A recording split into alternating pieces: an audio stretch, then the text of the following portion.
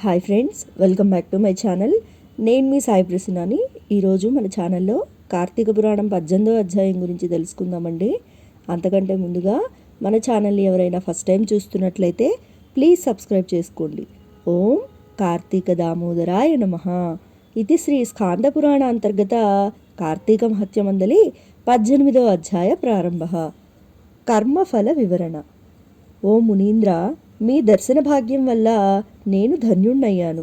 ఆ సందేహాల్ని తీర్చి జ్ఞానోపదేశం చేయడం వల్ల నేను మీకు శిష్యుణ్ణయ్యాను. సర్వము నాకు మీరే.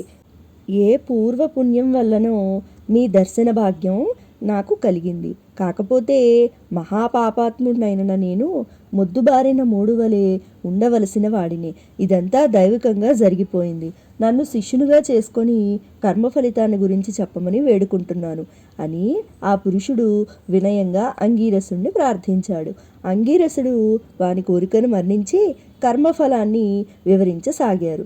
నాయనా, నీవు అడిగింది అందరికీ ఉపయుక్తమయ్యే విషయం. శ్రద్ధగా విను. జీవుడు అనిత్యమైన దేహాన్ని పొంది తనను తాను మరిచిపోయి ఇంద్రియాలతో ఉంటాడు. శీతోష్ణాది ద్వంద్వాలు అన్నీ దేహానికి లాగానే ఆత్మకు ఎన్నడూ లేవు. కాబట్టి సందేహావస్థ పొందినవాడు క్రమంగా మంచి పనులు చేస్తాడు. దానివల్ల జ్ఞానం వస్తుంది.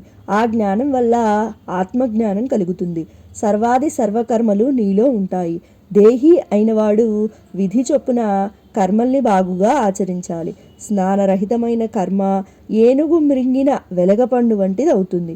కాబట్టి తప్పకుండా చేయాలి. వేకుమజామునే స్నానం శ్రేష్టమును వేద సహితమును అయి ఉంది. దీనిని ఆచరించు సామర్థ్యం లేనివాడు అధమం. కార్తీక మాసంలో సూర్యుడు తులారాశిలో ఉన్నప్పుడు, మకర రాశిలో సూర్యుడుంటే మాఘమాసంలోను, సూర్యుడు మేషరాశిలో ఉండగా వైశాఖ మాసంలోను, ఈ 3 మాసాల్లోనైనా ప్రతిదినం ఉదయాన్నే స్నానం చేయటం వల్ల ఉత్తమ గతి ప్రాప్తిస్తుంది. చాతుర్మాసాద్యులైన పుణ్యదినాల్లోనూ గ్రహణ దినాల్లోనూ మిగిలిన పుణ్యదినాల్లో వేరు కాలాల చేసిన కర్మపుణ్య ఫలప్రదం అవుతుంది. మిగిలిన కాలాలలో ప్రాతకాలమందు స్నానం, సంధ్యావందనం, సూర్య నమస్కారం, హోమం, జపం మొదలైనవి చేయటం చాలా అవసరం. స్నానం చేయకపోవడం వల్ల కర్మ భ్రష్టత్వం బట్టి రవరో నరకం కలుగుతుంది. కార్తీక మాసంలో అన్ని దినాలు పుణ్యదినాలే. దీనితో సమానమైన మాసం లేదు అన్నారు.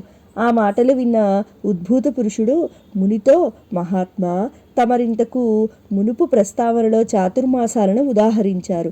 ఆ చాతుర్మాస వ్రతం ఎవరు ప్రకటించారు? దాని ఫలితం ఏమిటి? నాకిప్పుడు గతి ఏమిటి అని అడిగాను. అంతటా అంగీరసుడు, నాయనా, ఆషాఢశుద్ధ దశమి నాడు దామోదరుడు నిద్రావాజ్యంలో లక్ష్మీదేవితో పాలసముద్రాన శయనిస్తాడు. తిరిగి కార్తీక శుద్ధ ద్వాదశి నాడు మేల్కొంటాడు. కాబట్టి ద్వాదశి హరిబోధిని అనే పేరు కలిగింది. చాతుర్మాసం అనబడే ఆ 4 నెలలు శ్రీ మహావిష్ణువుకు నిద్రా సుఖాన్ని ఇస్తాయి.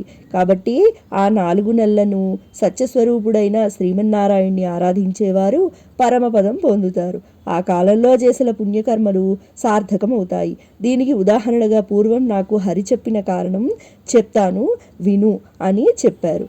ఒకప్పుడు కృతయుగంలో వైకుంఠంలో విష్ణుమూర్తి కొలువు తీర్చి ఉండగా నారదులు వారు హరినామ సంకీర్తనం గావించుకుంటూ వచ్చి స్వామికి పాదాభివందనం చేశారు.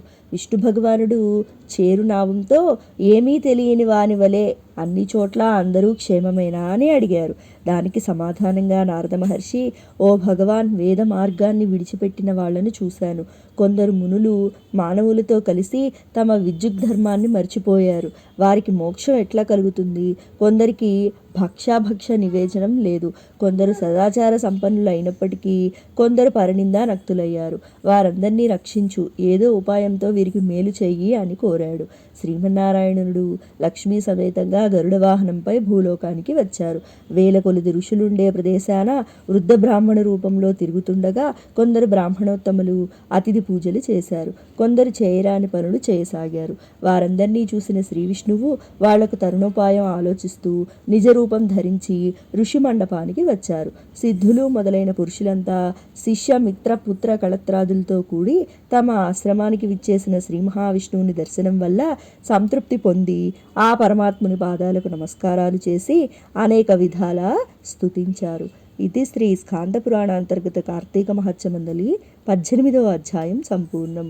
ఓం కార్తీక దామోదరాయ నమః.